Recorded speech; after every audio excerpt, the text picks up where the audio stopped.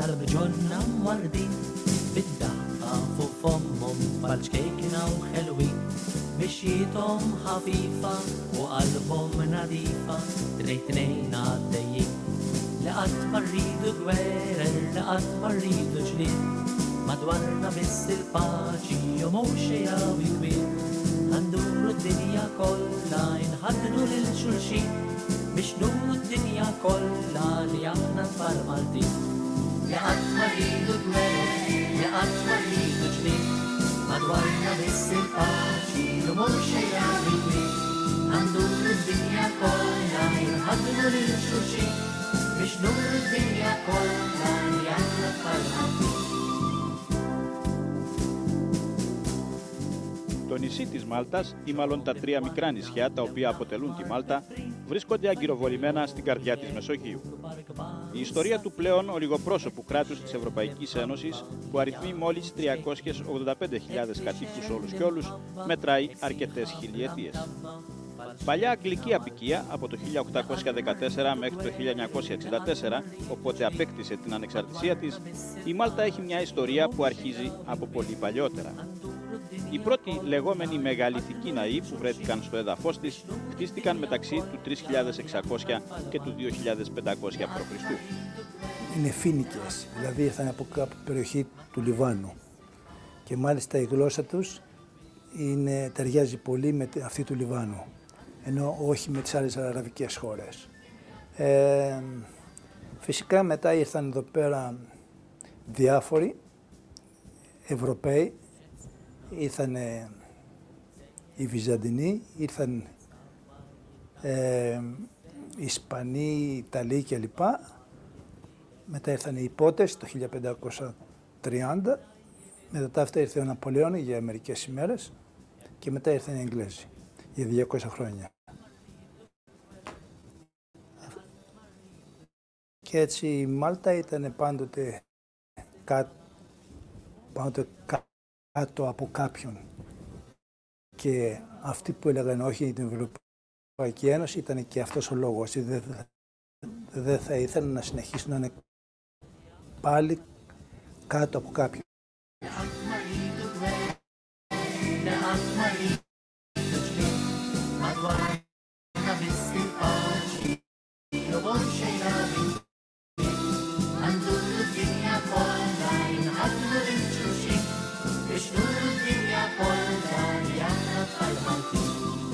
Παρόλη την αξιομνημόνευτη και εντυπωσιακή ιστορία της, πολλοί είναι αυτοί που έχουν ακουστά περί Μάλτας μόνο από ένα μυθιστόρημα μυθοπλασίας και από μια κλασική πλέον ταινία. Πρόκειται βέβαια για το θρυλικό αστυνομικό φιλμ νουάρ του George Huston, το γεράκι του.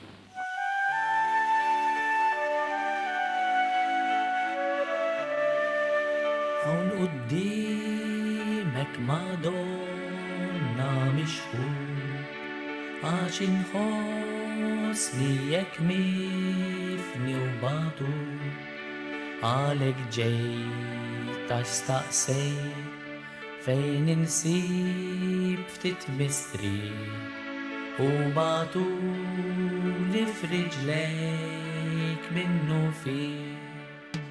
Στο σταυροδρόμι δύο υπήρων, της Ευρώπης και της Αφρικής, η Μάλτα αποτελεί πάντα ένα χωνευτήρι διαφόρων πολιτισμών και λαών.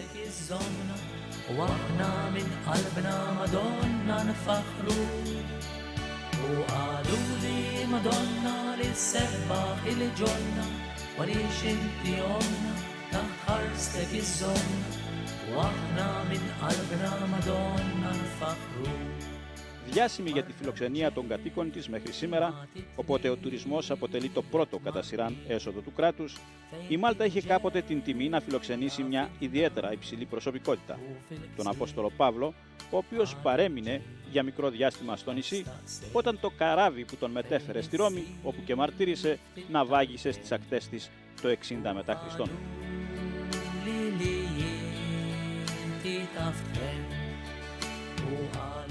Δίχως ορυκτό πλούτο και με ελάχιστο νερό, η Μάλτα δεν έχει σημαντική γεωργική παραγωγή. Παλιά ζούσε κυρίως από τη θάλασσα. Μερικοί μάλιστα ψιθυρίζουν ότι ήταν οι ικανότεροι πειρατές της Μεσογείου. Σήμερα βέβαια ζει σχεδόν αποκλειστικά από τον τουρισμό. My first thought that comes to mind when I think of tourism in the context of Malta as a member of the European Union is that we are now part of a larger family. The European Union, as we know, is going through a very historic enlargement. Of course, we have followed very much the process leading up to the enlargement taking place on May 1, 2004, when we witnessed the historic signing of the accession treaty, I think very appropriately below the Acropolis in Athens. I think that this was very appropriate also because of the fact that this is very much a consolidation of democracy all across Europe. But apart from that, it also means a European Union of nearly 500 million citizens. It means a European Union with a much wider footprint. So it is a larger family. So the first thought that comes to mind is we're a larger family, and I think that the family members should now visit each other more regularly, whether it is our friends from Greece coming over to Malta, from Malta coming to Greece. But the European Union is based on a fundamental principle, which is known as unity in diversity.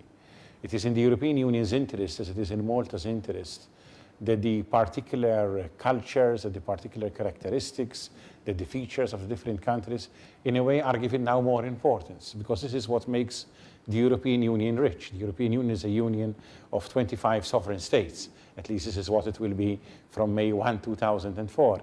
And even within those states, there are, of course, even different cultural traits, different historic aspects to emphasize. And I think that Malta within the European Union will be asserting and identifying its own culture, will be asserting its identity even more strongly than ever before. I think of Malta joining the European Union as a period of renaissance for our culture. And the fact that the European Union has accepted that Maltese will also be one of the official languages of the European Union. All the acquis communautaire, all the documents, directives, regulations, decisions of the European Court of Justice will all be available in the Maltese language. You can write to the European Commission in Maltese, get a reply in Maltese. I think we are going to have new opportunities to assert even more strongly our identity. So not only don't I see a risk, but I see this as a great opportunity for us. Για μια τόσο μικρή χώρα όπως είναι η Μάλτα, είναι ιδιαίτερα εντυπωσιακό το ότι γίνεται κάθε προσπάθεια για να καλλιεργηθούν τα γράμματα και οι καλές τέχνες σε τοπικό επίπεδο. Ο καθηγητής Όλιβερ Φριτζιέρι διδάσκει φιλολογία στο τοπικό πανεπιστήμιο και γράφει ποίηση, η οποία έχει μάλιστα μεταφραστεί σε πολλές γλώσσες. It's a mixed country, mixed race, mixed language. It's a sort of a sort of melting pot of different cultures. That's how I would define Maltese culture. Of course, officially, Malta is bilingual. Namely, the official languages of Malta are Maltese, which is the indigenous native language, which has made the Maltese people survive under so many different occupants, and English, which is an international language. So I think the only solution would be for us to retain our own language as any other country in Europe is doing, and as the European Union itself suggests and imposes on us to do. That's only logical. And on the other hand, we have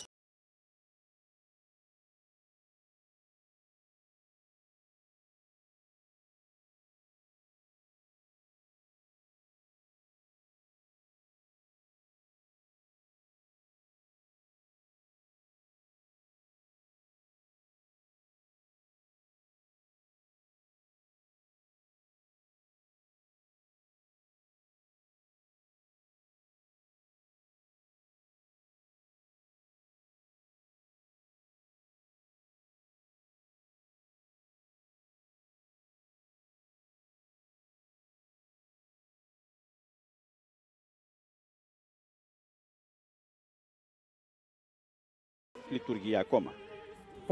Besides we have two main festivals. One, as I explained, is the Opera Festival, which attracts a lot of people from overseas. One other very important festival that we have done is the Baroque Festival. As you know, Malta, and especially Valletta, is a city full of Baroque, so it was very good to do a Baroque Festival. Now, this Baroque Festival has as a theme, because a festival has got to have a theme, it is debt. Some people said, you know, I am mad to have a festival about debt.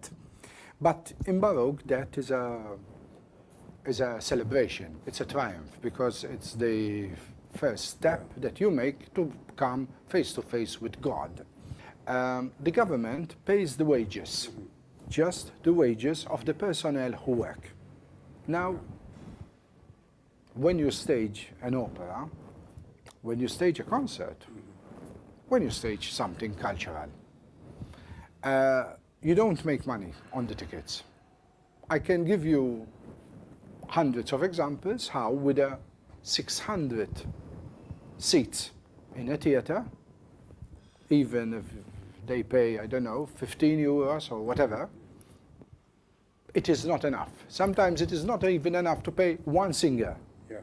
So you have to create other ways of survival. How did we do that? We do that by finding sponsors.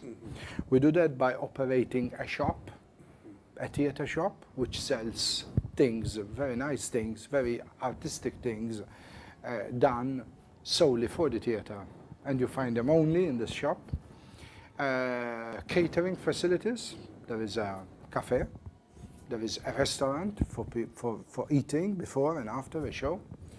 Then, you know, other things like cultural activities, for example, organizing groups to go abroad. And, you know, you have to support yourself in order to run a cultural calendar.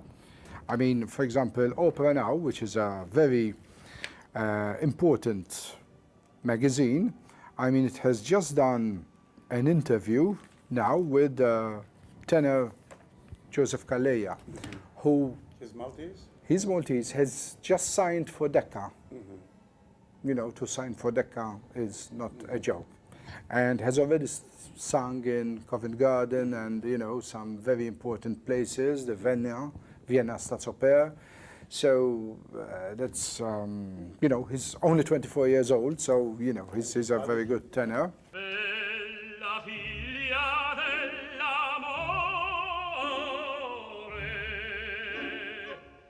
Τα νησιά που αποτελούν τη Μάλτα είναι σπαρμένα με άφθονους ερασιτεχνικούς θειάσους που παρουσιάζουν τη θεατρική τους δουλειά κυρίως τα Σαββατοκύριακα.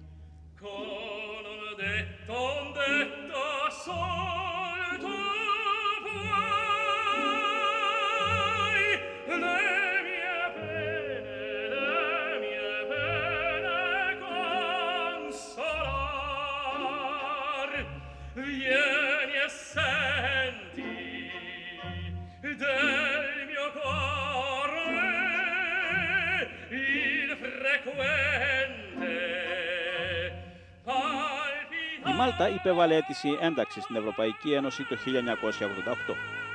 Στο ενδιάμεσο διάστημα μέχρι σήμερα, η πρωτεύουσα Βαλέτα πήρε σημαντικές πολιτικές και οικονομικές αποφάσεις. Πέτυχε να εξυγχρονίσει τις οικονομικές της δομές, με αποτέλεσμα η προστατευόμενη νησιώτικη κοινωνία να πραγματοποιήσει ένα μεγάλο άλμα για μια οικονομία που μπορεί πια να αντέξει τον ανταγωνισμό της εσωτερικής αγοράς. Με μεγάλες μεταβατικές περιόδους, ιδιαίτερα για τη διαγραφή χρεών στα ναυπηγεία, για την εξαίρεση του ΦΠΑ στα τρόφιμα και στα φαρμακευτικά προϊόντα, για τις αγροτικές επιδοτήσεις, η Μάλτα μπορεί μάλιστα να θεωρηθεί ως ιδιαίτερα ευνοημένη. Πάντως, η ενταξιακή διαδικασία είχε θετικές συνέπειες τόσο για την ίδια όσο και για τους Ευρωπαίους εταίρους της.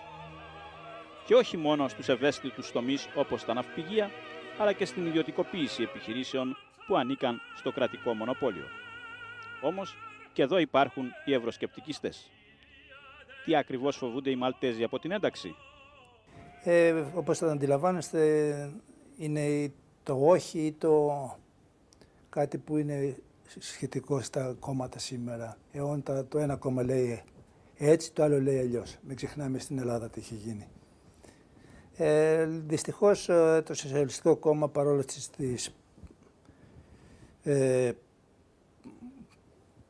την προώθηση που είχε από όλα τα σοσιαλιστικά κόμματα της Ευρώπης να πει το ναι, δεν το είπε και αυτό είχε σαν αποτέλεσμα να χάσει και τις εκλογές.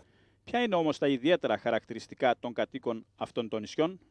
We are on the periphery, midway between two continents, south of Europe, north of Africa. So that's very important. I would say that the first characteristic of the Maltese country, of Malta and the Maltese people, is their religiosity, their sense of belonging to tradition, to the older fate, the pre-Christian fate, to the arrival of St. Paul, of course, 2,000 years ago. A whole tradition goes into the making of Malta as a Christian country.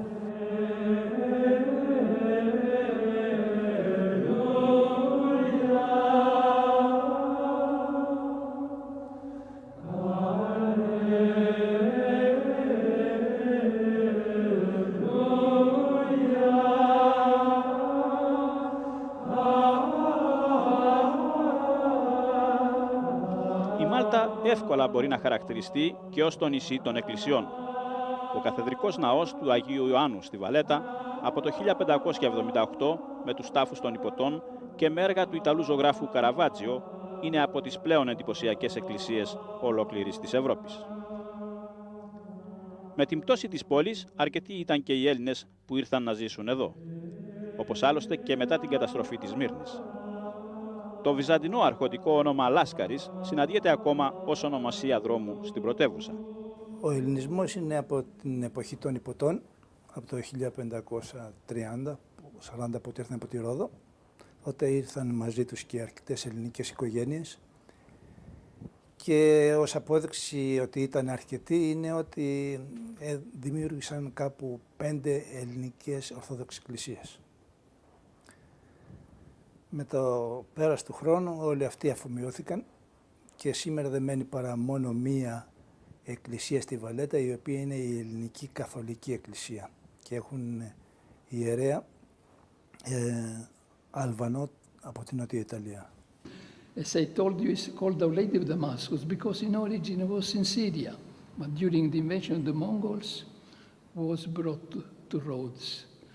The Knights were in Rhodes for 2 centuries, you see. And they came to Malta stayed in Malta till 1790 when Napoleon took the island. That is. And then there was a Greek community here at the time. Oh, well, the first Greek which came from Rhodes were in Vittoriosa, the city beyond the gates. Yeah. And there were 3 churches, 3 small churches. Now they were destroyed. But now the community gets less and less because the majority of the Greeks intermarried locally, which means the second generation, the children forget the languages, they become absorbed. And they become Catholics also, some of them. Some they become Catholics, some you see they become Maltese, that's all. Do you have a service every Sunday? Yes, at 9 o'clock we have the liturgy, Evlaimeni, Vasilia, to Patros, to you. There are a few Greeks who they sing. And they come? They come. Yes. No, not many now, very few. When I first came in this church 40 years ago, there were many. Were many Greeks from Smyrna. When the Turks, they came to, they were very staunch. And you are 40 years here? You say, how many years you are here? 40 years. 40. I came young, I came for a short time. Then in Navagisa, still Malta. And you come from where, you say? I was born in a Greek-Albanian town in Sicily. There is a big community. Which was? Piano dei Greci. Piano dei Greci. Piano dei Greci. But we keep the Albanian because we are big numbers, so we didn't get absorbed. Are there Albanians here now? A few Albanians came from Albania. Do they come to the church also? No, because some are Muslims, some are Roman Catholics, are not. I have many friends. Μη έχοντας ακόμα αντιληφθεί αμέσως ότι η εκκλησία αυτή δεν ήταν αμιγώς ελληνοορθόδοξη, αλλά ορθόδοξη καθολική, κάναμε εδώ μια αναφορά στο καλό έργο και όνομα του Αρχιεπισκόπου Αλβανίας Αναστάσιου. But the church is Greek Catholic because when the Greek came, they didn't. This one? Yes. It's Greek Catholic. Yeah, they didn't follow the scheme. They did say, we are in the church. The church is not Latin, it's not Greek. The church is one, the church. So we kept the Byzantine ritual. Yes. But instead of being under the Patriarch of Rome, the Constantinople, we are under the Patriarch of Rome. So you don't mention the Patriarch? We mention the Pope. The Pope, you mention the Pope. In the church, yes. But otherwise we don't change anything. Yes. Nothing. We have the same book in the Gospel. Gospel in Greek. And everything. The church should be one. It's the man who divides. Rainy day. Very well, very bravo. Thank you. You're going to be big stars.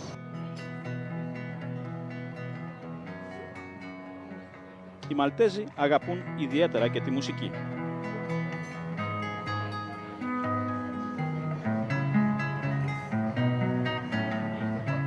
Το αγγλικό παρελθόν, όπως το οδήγημα από αριστερά, τα παλιά αγγλικά λεωφορεία, η κόκκινη τηλεφωνική θάλαμη είναι έκδηλα σε κάθε βήμα.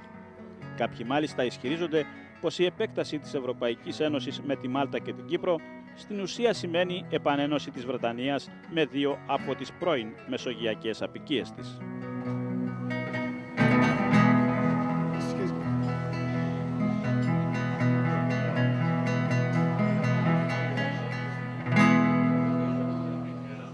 Η Μάλτα έχει 385.000 κατοίκους. Φυσικά θέλουν τη γλώσσα τους, διότι είναι περήφανοι αυτοί. Πάντως ομιλούν όλοι τους και την αγγλική γλώσσα. Και αρκετοί από αυτούς και την ιταλική, λόγω γειτονίας με την Ιταλία. Νομίζω ότι το έχουν λύσει αυτό το θέμα και η Ευρωπαϊκή Ένωση αποδέχεται ως επίσημος και τη μαλτέζικη γλώσσα. Στη Μάλτα δεν έχει άλλη εκλογή. Ζει από τον τουρισμό. Και οπότε, εάν λείψει ο τουρισμός, η Μάλτα δεν έχει άλλους πόρους. Διότι η Μάλτα ζει από τον τουρισμό. Έχει κάπου 200 εργοστάσια. Πολλά από αυτά είναι θυγατρικά ευρωπαϊκών. Αλλά από αυτά μένουν εδώ μόνο οι μισθοί των εργατών. Μετά αυτά έχει τα ναυπηγεία, τα οποία φέρνουν με συνάλλαγμα, αλλά δεν φέρνουν κέρδος, διότι χάνουν. Οπότε ο τουρισμός είναι η μόνη πηγή εσόδων ακριβώς. Η γεωργία είναι πάρα πολύ μικρή, μικρά. Έχει περίπου στο 7%.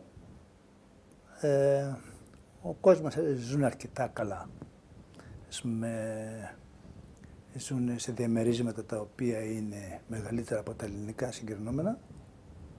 Οι μισθοί είναι περίπου σαν την Ελλάδα. Έχουν όλοι τους ένα ή δύο αυτοκίνητα, οπότε ζουν καλά.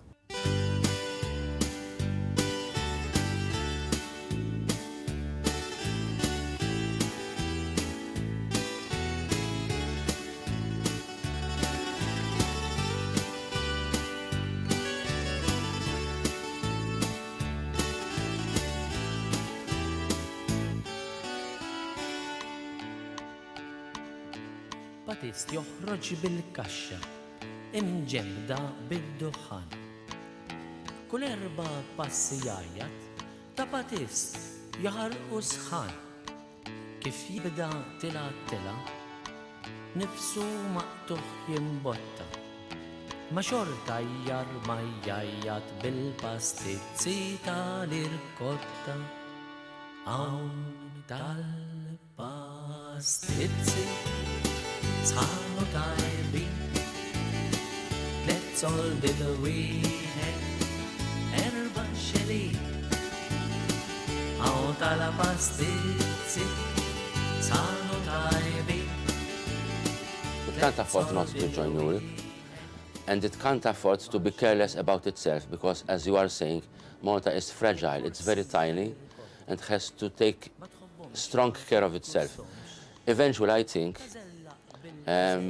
it will have to suggest to Brussels that Europe will have to adopt a specific type of policy in the regard of small countries like Malta and countries which are islands. We are an island, we are a small island, we are on the periphery, midway between two continents, south of Europe, north of Africa.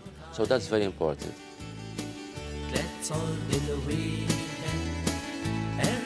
xelin, għaw tala pastizzi, sħanu tajbin. Let's all be the weekend, erba xelin.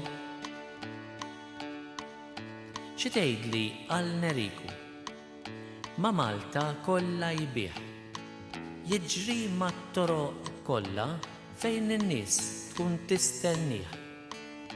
Għad-disa ta' filgħodu taraħ ħireġ mid-dar, dritt bit-tarbux frasu jkun iwieżen xi lar.